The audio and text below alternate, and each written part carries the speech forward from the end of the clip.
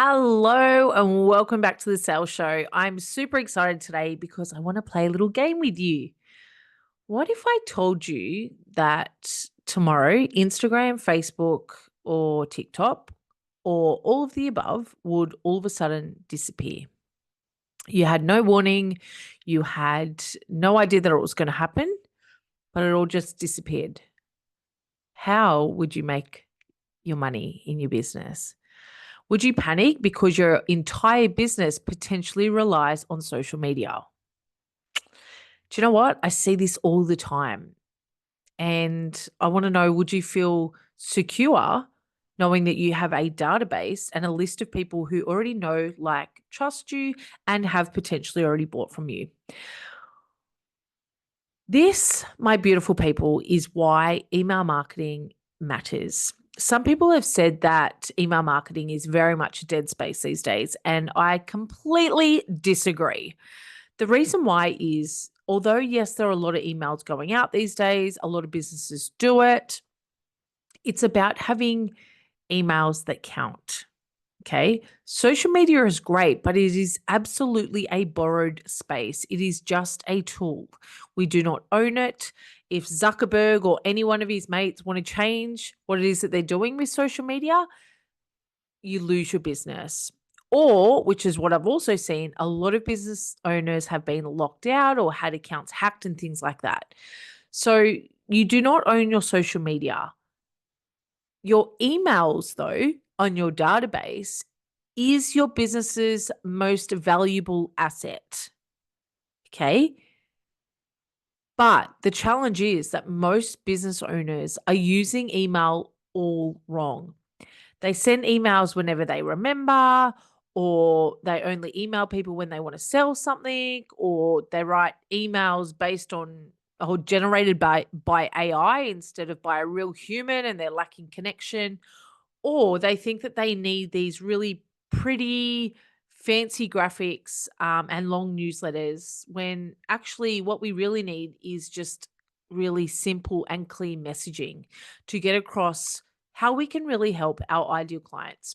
So, what I want you to know is that when you write emails that people actually open and read, they can convert. And it can be a lot easier than what you actually think it can.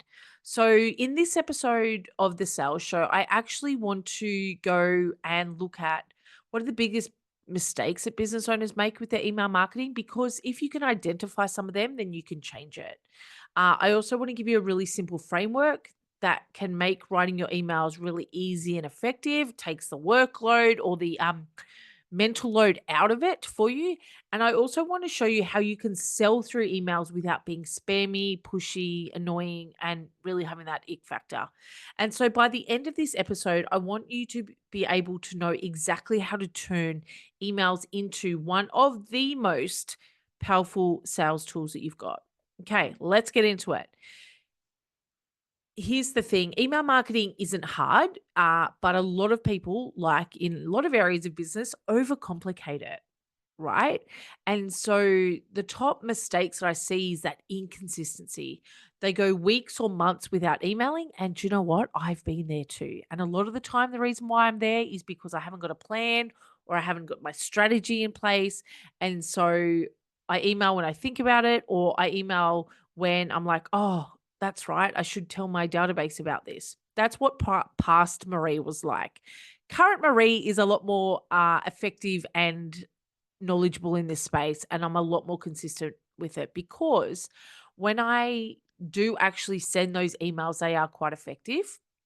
And so if you're going weeks or months without emailing, sometimes your audience may have even forgotten who you are, or they no longer really care. And if you find that you're inconsistent, you'll find that also your unsubscribe rates will be very high. I also see a lot of businesses make the emails all about them as the business. And no one really wants to read a newsletter in inverted commas about your latest business updates. People care about how you can help them. They're always thinking, what's in it for them? What can I get out of this? Is there any benefit in reading this? And especially with all the emails that come into our inboxes, we want to be one of those emails that businesses look forward to and people love reading because it's got a bit of fun in it, but it's also helpful. And we want it to be definitely about them. The other thing I see is that people are too formal or they're robotic. And I feel like sometimes this is getting a lot worse with AI. People think that they can get ChatGPT or Sintra just write them an email and it's just like a big corporate press release instead of it being a real conversation where it is connected and it is worthy of being read and worthy of being in people's inboxes. I remember someone saying a little while ago that people protected their email address more than they actually protected their money or their wallets. So people are more willing to give you money than they are to actually give you their email address. And I know even on a day-to-day aspect in my business, I end up with so many emails and it becomes at sometimes overwhelming. So what happens is if I see an email that's constantly coming in, if I see emails coming in constantly by the same people and I'm not reading them, after a few of them, I'll just unsubscribe because I'm not seeing any value in reading it. Uh, or it just sounds like they're doing it for the sake of sending the email. And so there's no real connection. And I'm just not interested, to be honest. And the other thing that I see, which I think is one of the biggest icks in business, is that people only email when they want to sell you something. And all their emails are just sell, sell, sell, push, push, push. And so if your list or your database only hears from you when you have an offer, they'll start tuning you out and unsubscribe, or they'll just delete whatever it is that you're reading or whatever it is that you're sending. And so what we want to do is actually have connected selling throughout our emails.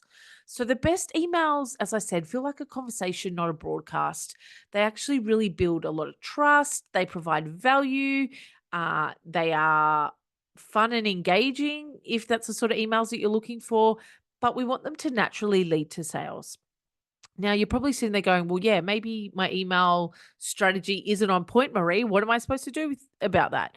So, let me give you a few things about what you can do to make email marketing really easy and to have it high converting. So, that first thing is you want to have a great attention grabbing subject line. So, this is the first sentence that determines a lot of the time whether someone opens your email or just simply ignores it. And so, for example, some really great ones that I've used in the past is the biggest sales mistake I see in email marketing, or stop writing boring emails and do this, or some people use how they have made an X amount of money in their launches or their, whatever processes or frameworks that they use within their business. I find these ones quite salesy, right? Yes, it's great if you're telling people that sent one email and it turned it into $5,000 in sales, and you can do it too by paying me hundreds of dollars or whatever it is, right? I would love it to be more catching and drawing in about them rather than about you. So using a subject line like how I turned one email into $5,000 is about me, right? And yes, people might open it uh, with interest and things like that. But I think if you use value adding hooks in that first line, you'll have a higher open rate. The second thing that you want to do within your email structure is to make it a story, make it personal, make it engaging. People don't just connect with the marketing copy, they don't connect with uh, just general blahness about business, right? This is why I say to people, if you're going to use AI, use tailored AI, use trained AI on your business and on you as your person. It should use your brand voice. It should use the language that you use. It should have stories about you that you can share that really connect. We all connect with stories. Bring them into your world. Show them what's been going on for you and how that relates to them increasing their know, like, and trust about you. So think about that story side of it and how you can make it more personal and engaging. And then the next thing you want to do is actually add value. Teach them something useful, right? Give them some tips, give them a tool. Every single email should have something valuable in it, whether it's a tip, insight, perspective shift, or here's my latest tool that I've developed, or here's my latest podcast. You'll probably get one if you're on my email list. I send one about my podcast quite regularly because there's a lot of value in what I'm teaching people in this podcast, right? So we want to give people that value. And a way you can do that is, things like, do you want to instantly improve your open rates, or ways to stop using generic subject lines, or top tips on how you can grow your business and your sales. So actually start writing like a human, right? Have exciting things to share with people. And then the next thing you want to do is actually have a call to action. A lot of emails I see don't actually show people how they can work with you. So if you bring up a tip or some advice within your emails and people want to know more, you are not serving them if you don't give them that next call to action. Show them how they can work with you. Show them one clear action that they can take, whether it's replying, clicking a link, signing up to something, downloading something, something that gets them to take a step further. It gets them to take a step further in getting what it is that they want. Okay. So this framework makes emails, like writing those emails, really easy. And it's even easier to read for your ideal clients. So when people actually enjoy reading your emails, they'll tend to open them and buy a lot more than what just throwing spaghetti at the wall. So what I also have a lot of people ask me is, how do I actually sell through email without it feeling sleazy and salesy and pushy? Now, the secret is, there's not really a secret, right? If you know how to sell, there's a whole strategy behind it. It's a skill set. But selling through email should feel like an invitation, not a demand, not a your business will not work unless you buy from me type thing. No one wants that stuff. It is so old school. It is so gross. It's not high converting. And I don't think it draws in the right people. You want to make sure that your sales is aligned with you as the person. So we want to sell through storytelling. Instead of saying, buy this now, tell a story about how this can help them so that it feels natural. Show people what results you've given by other people that have bought these things. And so I want you to understand that you can sell easily through storytelling over your emails. The next thing you can do is to add that value first and then sell second. So instead of constantly selling to people and being like, doors are open, buy this, buy that, buy this, buy that, we want to add value to your emails so that when you do make an offer, people don't feel weird about it. They're like, oh, okay, cool. I'm interested in this, or this looks like something that would really help me move forward in my business. And I'm clear on what Maree does and how she does it. And she's my vibe. So thank you. I'll take one of them. Okay, so these can be things like templates, it can be tiny offers, it can be your large programs. It doesn't really matter. The concept is still the same. You still want to add that value and sell second. And then what we want to do is look at, how can we create urgency without the pressure?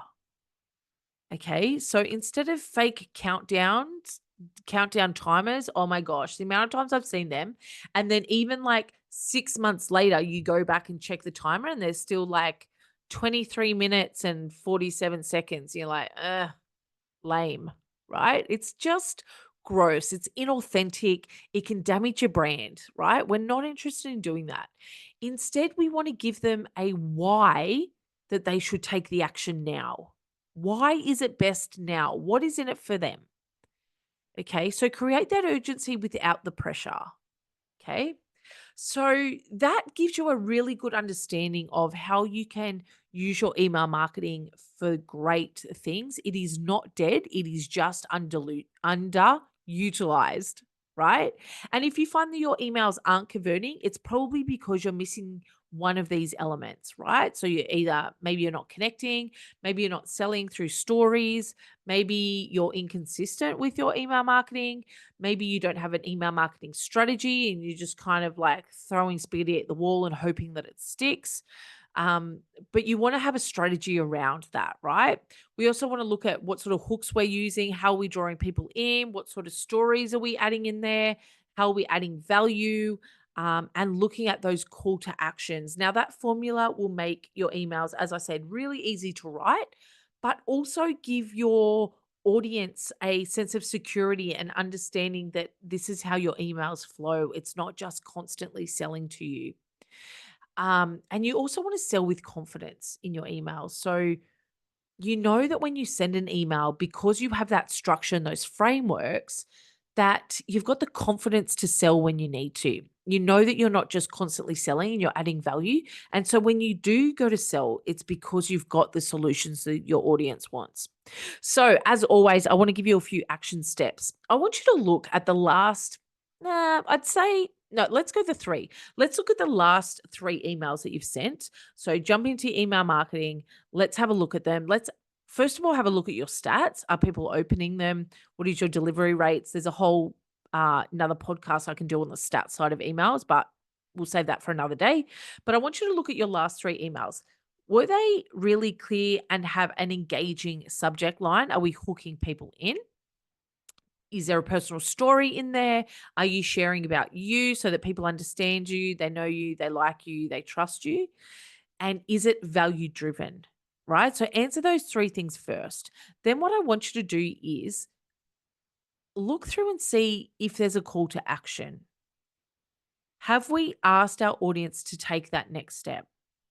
And if you haven't, I want you to tweak it before you send your next Thank you so email. much for listening to this Okay. episode of The Sales Show. I then want If you you to loved think it, about feel free to share it on planning out your Instagram next three and emails tag me at using that Maree framework that I've Kirkpatrick so I can spoken to you personally about, say thank you. so that we've got a little bit If of you really structure want to about show it. me some extra Now, love, if I you would don't love to have invite you to a leave a review on email Apple marketing Podcasts. strategy around If you have your any questions, feel free to business at the reach out moment, via email at then have a look at what it is that you're podcast@mareekirkpatrick.com. selling. And this goes back to the If you would like to find out annual more sales planner, like or all how this you stuff can is work in the with annual me, sales head over to planner. I know I harp on about it, mareekirkpatrick.com. but it's in there for a I reason. truly hope that It this means that we are podcast so provides clear on what we're valuable selling information and that our so email you too marketing can build a becomes business with part impact of and the income. sales strategy on how we're selling it. Okay. Then your job is, when you see all that, is to go, cool, I know my email framework. I know what I'm selling. I know what I'm value adding. I just need to write the email. And it's connected and it's you, and it doesn't have to rely just on AI to generate something that is disconnected. Okay. So I want you to then to plan out your next three emails using this specific framework. Now, if you're the sort of person that gets easily distracted or gets busy at certain times, you can schedule these things in. Okay. You can preset it so that you write it and it's scheduled once a week or once a fortnight or once a month, depending on how you want to do your delivery. If you find that you're struggling with this sort of stuff and you need more of a plan, check out the annual sales planner. All you need to do to check that out is go to mareekirkpatrick.com/planner. And in there, we've got things like planning your podcast, planning your newsletters, planning your sales strategies and your frameworks and all that sort of stuff around it, how we get people more into the top of funnel so you can set up your email marketing and things like that as well. So just go and check out mareekirkpatrick.com/planner. But I want you to take those two action steps. I want you to look at those past emails that you've sent, what worked, what didn't. Can you, now that you've got a bit more understanding, can you see where it hasn't worked and maybe where that disconnect is? And then plan out those next emails for you. If this episode gave you a breakthrough, I would love to know more about it. I love getting this sort of feedback. I love making sure that what I'm giving and the value that I'm adding is actually worthwhile for you. So screenshot it, tag me, shoot me through an email, whatever way you are best to connect. You can even find me on Instagram at Maree Kirkpatrick, or on Facebook at Maree Kirkpatrick, or mareekirkpatrick.com, and chuck me in a little contact form, whatever it is. I would just love to hear from you about what's working and what's not. And even what are the biggest challenges you have around your email and your email marketing. Now, go and write those emails that people will actually open and be high converting. See you next time.